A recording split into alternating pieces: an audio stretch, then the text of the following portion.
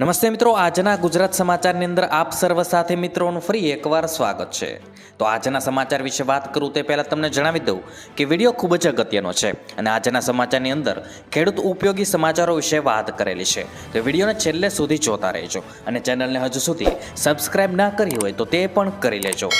તો મિત્રો વાત કરીએ આજના પ્રથમ સમાચારને લઈને. તો સ્કૂલમાં અપાતો નાસ્તો બંધ, માત્ર મધ્યાહન ભોજન મળશે. મિત્રો, ગુજરાત સરકાર દ્વારા એક મહત્વનો નિર્ણય લેવામાં આવ્યો છે, જેની અસર મધ્યાહન ભોજનના 43 લાખ બાળકો પર થવાની છે. રાજ્ય સરકારે બાળકોને ઉપલબ્ધ કરાવાતો નાસ્તો બંધ કરવાનો નિર્ણય કર્યો છે. હવે તમને માત્ર મધ્યાહન ભોજન જ આપવામાં આવશે. અત્યાર સુધી બાળકોને બપોરનું ભોજન અને નાસ્તો આપવામાં આવતો હતો. હવે વાત સામે આવી છે કે નાસ્તો બંધ કરી ભોજનની ગુણવત્તા વધારવામાં આવશે. ત્યાર પછી મિત્રો મહત્વના સમાચાર વિશે આગળ વાત કરીએ. તો આટલા જિલ્લામાં કોઈ પણ સિમ ગમે તે નેટવર્કમાં ચાલશે. મિત્રો, ગુજરાતમાં ભારે વરસાદને કારણે ઇન્ટ્રાસર્કલ રોમિંગ ફેસિલિટી શરૂ કરવામાં આવી છે. એટલે કે કોઈ પણ કંપનીનું સિમ કાર્ડ ગમે તે નેટવર્કમાં ચાલશે. કચ્છ, મોરબી, વડોદરા, રાજકોટ, ખેડા, આણંદ, જામનગર, પોરબંદર અને દ્વારકા જિલ્લામાં આવતા બધા ગામોમાં આ સુવિધા મળશે. વરસાદમાં ફસાયેલા લોકો માટે ખાસ ઉપયોગી છે.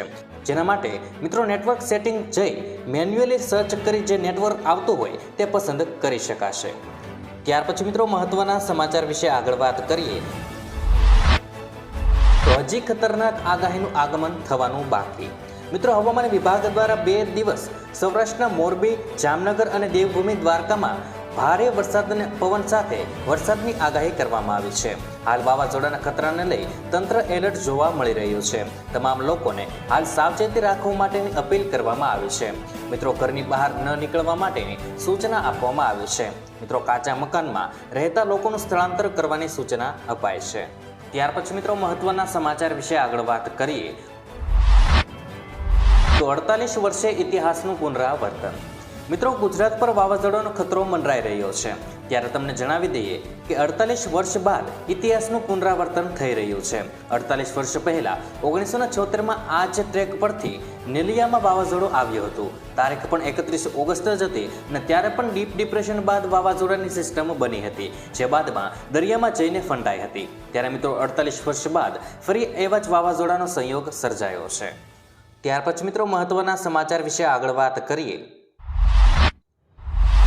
તો કચ્છ અને સૌરાષ્ટ્ર પર અસના વાવાઝોડાનું જોખમ. મિત્રો, કચ્છ અને સૌરાષ્ટ્ર પર વાવાઝોડાનો ખતરો વધ્યો છે. ગુજરાત પર ડીપ ડિપ્રેશનમાં ફેરવાયું છે અને મિત્રો જે નબળું પડવાને બદલે વધુ મજબૂત બનતા આજે વાવાઝોડામાં પરિવર્તિત થઈ શકે છે, જેથી કચ્છ અને સૌરાષ્ટ્રમાં અતિ ભારે વરસાદની શક્યતા છે. અમદાવાદ સહિત રાજ્યમાં 55 થી 60 કિમીની ઝડપે પવન ફૂંકાશે. ઉપરાંત અરબ સાગર અને બંગાળની ખાડીમાં સિસ્ટમ ભેગી થઈ શકે છે. મિત્રો, આ વાવાઝોડાને અસના નામ અપાયું છે. ત્યાર પછી મિત્રો મહત્વના સમાચાર વિશે આગળ વાત કરીએ. તો દેશભરમાં 5 દિવસ માટે પાસપોર્ટ સેવા બંધ. મિત્રો, આગામી 5 દિવસ સુધી ઓનલાઈન પાસપોર્ટ પોર્ટલ પર કોઈ કામ થશે નહીં. આ સમય દરમિયાન નક્કી કરવામાં આવેલી તમામ એપોઇન્ટમેન્ટ ફરીથી શેડ્યુલ કરવામાં આવશે. સરકારે કહ્યું છે કે મેન્ટેનન્સ પ્રોસેસને કારણે પાસપોર્ટ અરજીઓ માટેનું ઓનલાઈન પોર્ટલ આગામી 5 દિવસ સુધી બંધ રહેશે. આ સમયગાળા દરમિયાન કોઈ નવી અપોઇન્ટમેન્ટ શેડ્યુલ કરી શકાશે નહીં. આ સાથે પહેલેથી જ બુક થયેલી એપોઇન્ટમેન્ટ ફરીથી શેડ્યુલ કરવામાં આવશે. ત્યાર પછી મિત્રો મહત્વના સમાચાર વિશે આગળ વાત કરીએ. તો ખેડૂતો માટે 350 કરોડના સહાય પેકેજની જાહેરાત. મિત્રો, જુલાઈ 2024માં વરસેલા ભારે વરસાદથી નુકસાનગ્રસ્ત વિસ્તારના ખેડૂતો માટે કૃષિ રાહત પેકેજ જાહેર કરવામાં આવ્યું છે. મુખ્યમંત્રી શ્રી ભૂપેન્દ્ર પટેલના માર્ગદર્શન હેઠળ 350 કરોડ રૂપિયાનું કૃષિ રાહત પેકેજ જાહેર કરાયું છે. અસરગ્રસ્ત ખેડૂતોને SDRFના નિયમો પ્રમાણે તેમજ નુકસાનની તીવ્રતાને ધ્યાને લઈ રાજ્ય ભંડોળમાંથી વધારાની ટોપઅપ સહાય અપાશે. ત્યાર પછી મિત્રો મહત્વના સમાચાર વિશે આગળ વાત કરીએ. તો જનધન યોજનામાં મળશે 10,000 રૂપિયાની સહાય. મિત્રો, PM જનધન યોજનાને 10 વર્ષ પૂર્ણ થયા છે. 2014માં આ યોજના PM નરેન્દ્ર મોદીએ દેશના દરેક વર્ગને બેન્કિંગ સિસ્ટમ સાથે જોડવાના ઉદ્દેશ્ય સાથે શરૂ કરી હતી, જેથી સરકારી યોજનાઓનો લાભ સીધા લોકો સુધી પહોંચે.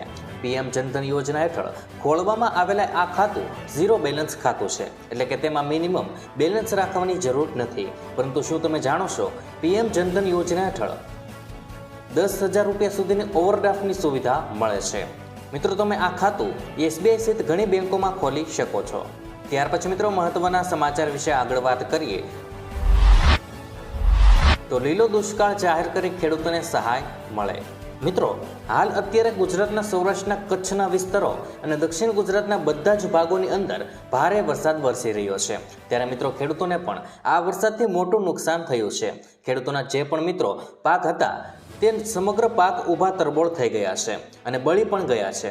જેથી ખેડૂતો કહી રહ્યા છે કે જે પણ નુકસાન થયું છે તેમને લીલો દુષ્કાળ જાહેર કરી ખેડૂતોનું કહેવું છે કે વહેલી તકે આ નુકસાનનો સર્વે કરી લીલો દુષ્કાળ જાહેર કરો અને જે પણ મિત્રોને નુકસાન થયું છે તેમને તેમનું વળતર મળવું જોઈએ. ત્યાર પછી મિત્રો મહત્વના સમાચાર વિશે આગળ વાત કરીએ તો વિદ્યાર્થીનું અકસ્માત થાય તો મળશે 1 લાખની સહાય. મિત્રો, ગુજરાતમાં અકસ્માતે મૃત્યુ પામનાર વિદ્યાર્થીના પરિવારને આપવામાં આવે છે આર્થિક સહાય. મિત્રો, ગુજરાતના શિક્ષણ રાજ્યમંત્રી પ્રફુલ પાનસરિયાએ આ અંગેની માહિતી આપી હતી. વિધાનસભા ગૃહ ખાતે ધારાસભ્ય દ્વારા પૂછાયેલા પ્રશ્નના ઉત્તરમાં શિક્ષણ રાજ્યમંત્રી પ્રફુલ પાનસરિયાએ જણાવ્યું હતું કે કોલેજમાં અભ્યાસ કરતા વિદ્યાર્થીઓના અકસ્માતે અવસાન થાય તેવા વિદ્યાર્થીઓના વાલીઓના રાજ્ય સરકાર શહીદ વીર કિનારીવાલા યોજના હેઠળ 1 લાખનું વીમા કવચ પૂરું પાડવામાં આવે છે. અકસ્માતથી મૃત્યુ અને કાયમી અપંગતાના કિસ્સામાં ઉપરાંત 2 આંખ, 2 હાથ અને 2 પગ ગુમાવવાના કિસ્સામાં 1 લાખ, જ્યારે મિત્રો 1 અંગ ગુમાવવાના કિસ્સામાં 50,000ની સહાય ચૂકવવામાં આવે છે. શહીદ વીર કિનારીવાલા યોજના હેઠળ ગત વર્ષમાં 31 વિદ્યાર્થીઓના વાલીઓને 31 લાખની સહાય ચૂકવવાનું પણ જણાવ્યું હતું. ત્યાર પછી મિત્રો મહત્વના સમાચાર વિશે આગળ વાત કરીએ તો આયુષ્યમાન યોજનામાં ડબલ સહાય. મિત્રો, આયુષ્યમાન ભારત યોજના હેઠળ વીમા કવચને બમણું કરીને 10 લાખ રૂપિયા અને મહિલા માટે 15 લાખ રૂપિયા કરવાની તૈયારીઓ ચાલી રહી છે. આ યોજના હેઠળ કેન્દ્ર સરકાર દ્વારા ખાનગી હોસ્પિટલોના 4 લાખ બેડ ઉમેરવાની સાથે લાભાર્થીની સંખ્યા 55 કરોડથી વધારીને 100 કરોડ કરવાની તૈયારીઓ કરવામાં આવી છે. એનડીએ સરકારના ત્રીજા કાર્યકાળમાં આ યોજના કેન્દ્રીય આરોગ્ય મંત્રાલયની મુખ્ય પ્રાથમિકતાઓની એક તરીકે રજૂ કરવામાં આવી છે. નવા રિપોર્ટ અનુસાર વાર્ષિક વીમા કવચની રકમ વધારીને 10 લાખ રૂપિયા પ્રતિ પરિવાર કરી શકાય છે, જ્યારે મહિલાઓના કિસ્સામાં ચોક્કસ રોગો અને ચોક્કસ પરિસ્થિતિઓ માટે આ કવર 15 લાખ રૂપિયા સુધી વધારી શકાય છે. જણાવી દઈએ કે કુલ આયુષ્યમાન કાર્ડમાંથી લગભગ 49% મહિલાઓ છે, જ્યારે હોસ્પિટલમાં દાખલ થનારાઓમાં લગભગ 48% મહિલાઓ છે. ત્યાર પછી મિત્રો મહત્વના સમાચાર વિશે આગળ વાત કરીએ તો વાહન ખરીદવા મળશે સબસિડી. મિત્રો, ગુજરાતમાં બનેલી નવી ઇલેક્ટ્રિક વ્હીકલ નીતિના ડ્રાફ્ટમાં ઈવીને પ્રોત્સાહન આપવા માટે રોકડ સબસિડીની જોગવાઈ કરવામાં આવી છે. આ સબસિડી વહેલા તે પહેલાના ધોરણે આપવામાં આવશે. યોજના હેઠળ બસ ખરીદવા પર 10 લાખ સુધીના ડિસ્કાઉન્ટની તૈયારીથી 600 કરોડ રૂપિયાનો નાણાકીય બોજ પડશે, જે કેન્દ્ર અને રાજ્ય સંયુક્ત રીતે ભોગવશે. તો મિત્રો, આજના દરેક સમાચાર અહીં કામના પૂર્ણ થાય છે. આપને કહેવા લાગ્યા એ કોમેન્ટ બોક્સમાં જણાવી દેજો. અને વિડીયો કામનો લાગ્યો હોય, સમાચાર ઉપયોગી લાગ્યા હોય તો મિત્રો આ વિડીયોને એક લાઇક કરી દેજો, જેથી કરીને અમને પ્રોત્સાહન મળતું રહે. અને દરરોજના ખેડૂતને લગતા, હવામાનને લગતા અને ગુજરાતમાં પળે પળના સમાચાર મેળવવા માટે ગુજરાતની આ ચેનલ તાતની વાતને સબસ્ક્રાઇબ કરી લેજો, જેથી કરીને ગુજરાતની દરેક અપડેટ્સ તમને મળતી રહે. તો મિત્રો, હું મળીશ તમને આવતીકાલે નવા સમાચારો સાથે અને નવી માહિતી સાથે. ત્યાં સુધી મિત્રો મને રજા આપશો. ધન્યવાદ.